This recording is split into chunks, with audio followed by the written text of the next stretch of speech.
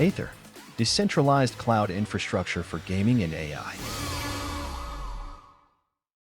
I told you all we were going to get into some more fun Rebellion combos. It is now time to do that. In fact, on the last video, I asked for you all to predict what my next favorite Rebellion combo was going to be, and several of you put out some good guesses, named some fun combos, but nobody included this card right here, Silverblade Fighter. And I honestly believe that Silverblade Fighter has a case as maybe the most underrated card in Rebellion. This card is so good, and we're gonna look at a couple of fun combos here. But first, let's look at the card itself. It has one of our new abilities here that it starts out with at bronze level. That is Flank. Yes, these are going to be more combos that work at the bronze level. I'm going to show them up at higher leagues because, again, that's just where I play. That's where I get my battles from. But this will work at bronze because it is a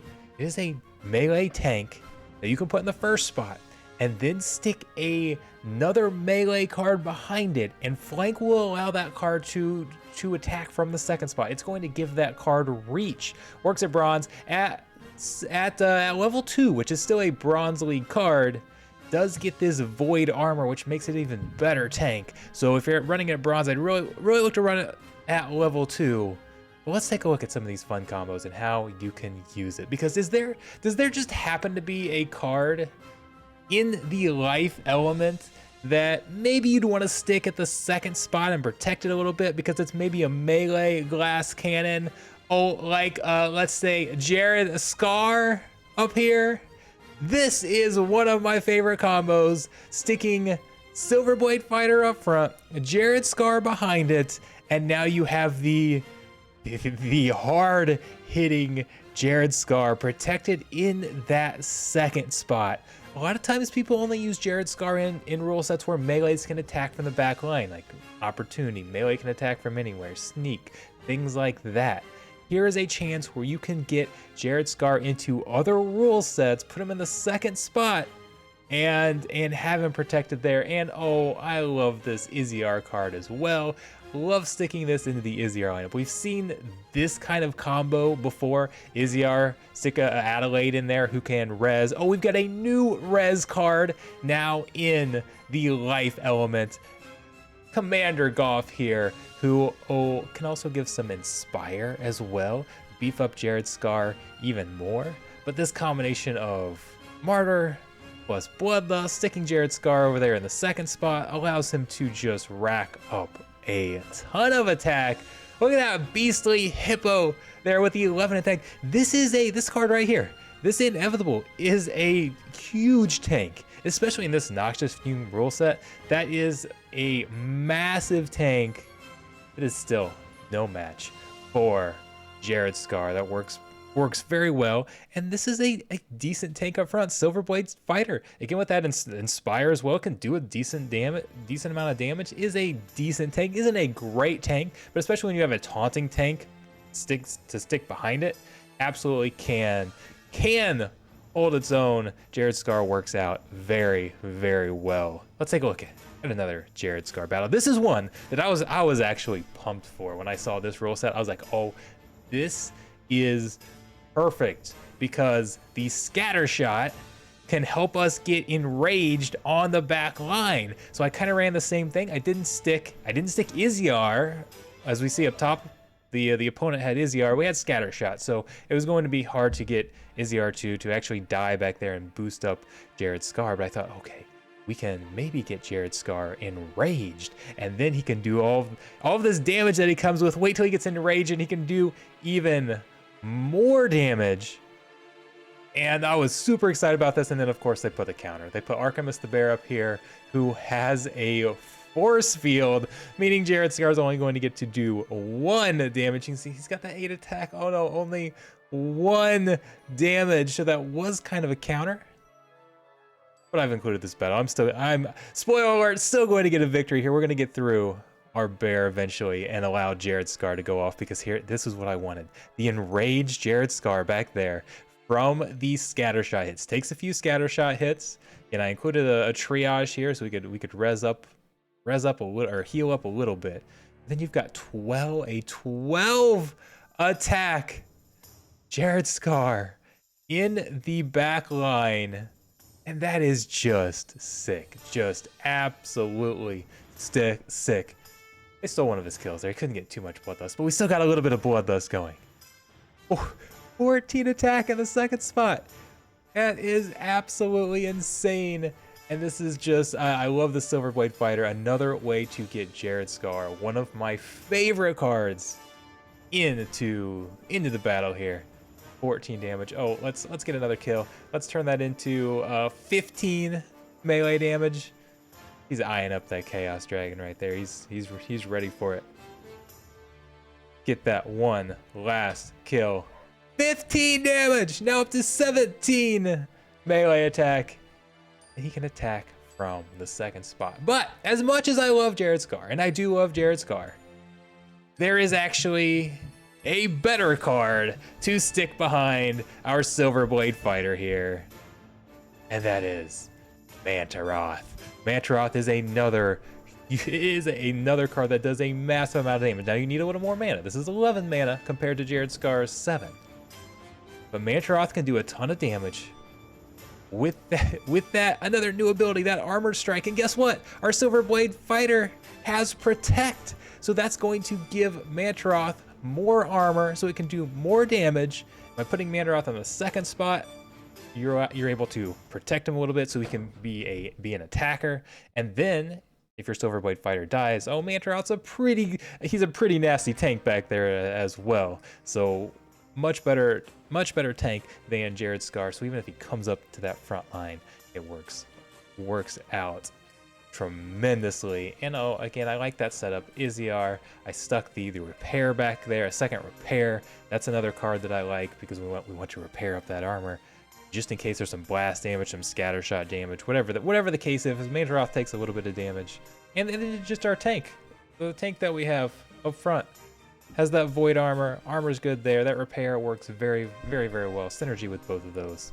Mantro is just a beast in so many pairings, but this is another good one that you can add to the list. And let's take a look at it again.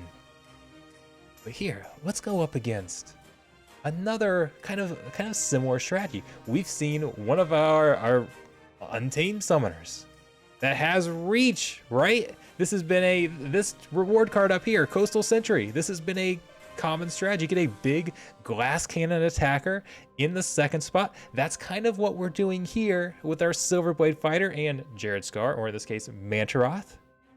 So let's kind of look. I like this battle because it was kind of a head-to-head, different ways of approaching that same thing. And yes, I'm including this battle because it's going to be a victory, and it shows that the Silverblade Fighter combo can go head-to-head with another way to take that same approach and actually come out ahead. We know how good this top team is. We've seen it before, and it works very, very well. And one of the reasons that this Silverblade Fighter can be a nice tank up there. Look at that res. Look how well that pairs with that res. I've got Adelaide in here. I've got Commander Goth because I was initially hoping to res Iziar. And then we beef up Mantro even farther. We beef up Stitch Leech. Stitch Leech is a card I like to stick next to Iziar because it does a decent amount of damage, but then also has this life leech here. And as you increase the attack, you're going to then steal more and more life leech, and that card can just get insane, build up an insane amount of health. Works very, very well as a card there. Just happened to be the mana that I had available. But rezzing up Silverblade Fighter and that void armor and all of that armor that is available actually still works out very well, despite the fact that we didn't get all the martyrs. Hung around long enough for Mantro to do his thing, to get all of that damage out there. You can see at this point they're not getting through Mantro with just a couple of melee cards left. Oh, let's finally trigger all of our bloodlust. Here you can see the Stitch Leech. That's 6 attack. Now he is going up against the shield back there, so he's not going to get to steal as much health as normal. But even against the shield, he's stealing 2 health. He's up to 13 health.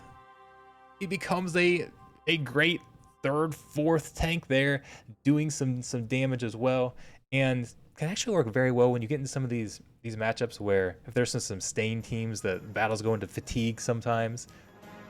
When you get 20 rounds to rack up all that health, sometimes Stitch Leech is just the last one left standing because he has the most health. So it can work out very well. Let's take a look at one final one here. Let's look at it with dragons, because then we have another card. One of my favorite cards, Ruined Seer Savea back there with some more Protect, Cleanse, Blind. But that Repair and Protect for only 4 mana back there works out very, very well. And then we get this Ambush. All of this damage from Mantro. We get it out before the first round. Oh, there's some more Martyr in there. That's another common strategy, sticking a Martyr card in the snipe spot. That's going to get picked off. But now again, this is round 1 is just starting. That's the end of round 1. We know how good of a tank Mantaroth is. Or not Mantaroth, sorry, Bakjira is here. We've got Bakjira plus Oshur with the double heal there. And we get through Bakjira, despite it being a sniper rule set. So we've only got 2 cards that can attack Bakjira. We get through him at the beginning of round 2. That's how much damage that combo can put out there. Pretty good defensively, pretty good offensively, can work in a bunch of different rule sets. I really think Silverblade Fighter has a case as the most underrated card in Rebellion. Maybe in Splinterlands period right now, because it's kind of hard to see, because right now we're not seeing a ton of Rebellion cards out there. Definitely play against some, but overall they're fairly scarce still. So it's hard to really gauge how much people are playing it. People are still trying to find out what combos they like, but I haven't seen a lot of Silverblade Fighter. And there's a lot of chances to use it. We're seeing here some of my favorite pairings, but it doesn't have to be those two. There is certainly some other cards, especially in lower mana rule sets that you can get out there. There are a lot of good attackers, melee attackers that you can stick in that second spot. The Giving Reach can work very, very well. So a very versatile card, and one that I have become a big fan of. So let me know what you guys think. Those of you that have Rebellion sets, have you been trying out Silverblade Fighter? Have you found much success with him? So far, it's been one of my favorite combos, but we've got a lot of other great Rebellion cards, a lot of other combos that I like, whether it's combos, trios, or just single individual cards. We've got a bunch of summoners to talk about. There is so much more content that I need to cover. We have so many new cards, new abilities, as we see a flank here.